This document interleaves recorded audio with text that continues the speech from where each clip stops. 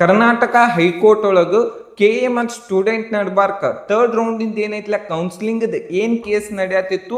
3 judges ಏನೈತ್ಲ present ಇದ್ರು. ಎರಡೂ ಕಡೆಯಿಂದ ಆರ್ಗ್ಯುಮೆಂಟ್ ಬಹಳಷ್ಟು ಸ್ಟ್ರಾಂಗ್ ಇತ್ತು. ಮತ್ತೇನೈತ್ಲ ಅದನ್ನೇನೈತ್ಲ ಫೈನಲ್ ಆಗಿ ಡಿಸಿಷನ್ ಬರಲಿಲ್ಲ.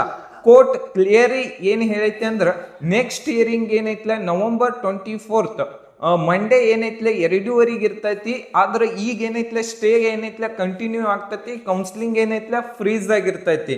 ಕೋರ್ಟ್ ಹಾಲ್ ನಂಬರ್ 6 ಅಲ್ಲಿ ಏನೇನೆಲ್ಲ ನಡೀತಂದ್ರ 3 ಜಡ್ಜಸ್ ಪ್ರೆಸೆಂಟ್ ಇದ್ರು. ಕೆದಿಂದ ಲಾಯರು ಪ್ರೆಸೆಂಟ್ ಇದ್ರು, ಪಿಟಿಷನರು ಪ್ರೆಸೆಂಟ್ ಇದ್ರು. ಎರಡೂ ಕಡೆ ಏನೈತ್ಲ ತಮ್ಮದೇ ಆದ ಆರ್ಗ್ಯುಮೆಂಟ್ ಮಾಡಿದ್ರು. ಜಡ್ಜ್ಮೆಂಟ್ ಮತ್ತು ಫಾಸ್ಟ್ ರೆಫರೆನ್ಸ್ ಎಲ್ಲವೂ ಏನೈತ್ಲ ಸಬ್ಮಿಟ್ ಮಾಡ್ರು. ಲಾಸ್ಟ್ ಏನೈತ್ಲ ಜಡ್ಜ್ ಏನೈತ್ಲ ಒಂದು ಇಂಪಾರ್ಟೆಂಟ್ ಲೈನ್ ಅನ್ನು ಹೇಳಿದ ಏನಂದ್ರ ಇದೆಲ್ಲ ಪೂರ ಕಂಪ್ಲೀಟ್ ಫೈಲ್ ಬೇಕಂತಂದ್ರು. ಕ್ವಶನ್ಸ್ ಪ್ರಿಪೇರ್ ಯುವರ್ ಸಬ್ಮಿಷನ್ ಅಂದ್ರೆ ಇದ್ರದ್ದೆಲ್ಲ ಫೈಲ್ ಕರೆಕ್ಟ್ ಆಗಿ ಮಾಡ್ಕೊಂಡು ಮಂಡೇ ಏನೈತ್ಲ ಈ ಕೇಸನ್ನ ಕಂಟಿನ್ಯೂ ಮಾಡ್ತಾ ಅಂತಂದ್ರು. ಇದ್ರದ್ದು ಏನಂದ್ರ ಕೋರ್ಟ್ ಇನ್ನೂ ಕ್ಲಿಯರಿಟಿ ಬೇಕತ್ತ, ಇನ್ನೂ ಬಹಳಷ್ಟು ಈ ಕೌನ್ಸಿಲಿಂಗ್ ಬಗ್ಗೆ, ಪ್ರೋಸೆಸ್ ಬಗ್ಗೆ, ರೂಲ್ಸ್ ಬಗ್ಗೆ, ಮತ್ತು ಸೀಟ್ ಮ್ಯಾಟ್ರಿಕ್ಸಸ್ ಬಗ್ಗೆ, ಮತ್ತು ನ್ಯೂ ಸೀಟ್ ಬಗ್ಗೆ, ಮತ್ತು ರೌಂಡ್ 2 ವ್ಯಾಲಿಡ್ ಆಗಿಯಾ ಇಲ್ವಾ ಅಂತೇಳಿ ಇನ್ನೂ ಬಹಳಷ್ಟು ಕ್ಲಿಯಾರಿಟಿ ಬರುವವರೆಗೇನು ಜಡ್ಜ್ಮೆಂಟ್ ಏನೈತ್ಲ ಬರಂಗಿಲ್ಲತ್ತಂದ್ರ.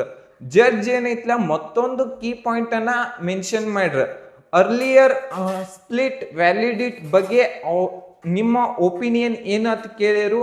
ಅಂದ್ರ ಹಿಂದಿನ ಜಡ್ಜ್ಮೆಂಟ್ ಇಬ್ಬರು ಜಡ್ಜ್ಗಳು ಏನ ಡಿಫ್ರೆಂಟ್ ಆಗಿ ಒಪಿನಿಯನ್ ಕೊಟ್ಟಿರಲ್ಲ. ಅದನ್ನ ಏನೈತ್ಲ ರೀಸನಿಂಗ್ ಹೊಳ್ಳಿ ಏನೈತ್ಲ ಅದನ್ನ ಮತ್ತೊಮ್ಮೆ ಪರಿಶೀಲನೆ ಮಾಡ್ಬೇಕಂತ ಹೇಳಿ ಬತ್ತು. ಒಂದು ತಿಂಗಳ ಆಲ್ಮೋಸ್ಟ್ ಅಲ್ಲಿ ನೋಡ್ತಾ ಇರ್ಬೋದು, ಒಂದು ತಿಂಗಳ ಆಯ್ತು ಕೌನ್ಸಿಲಿಂಗ್ ಏನೈತ್ಲ ನಿಂತೈತಿ. October 24 ಏನೈತ್ಲ ಪ್ರೊವಿಷನಲ್ ರಿಸಲ್ಟ್ ಬತ್ತು.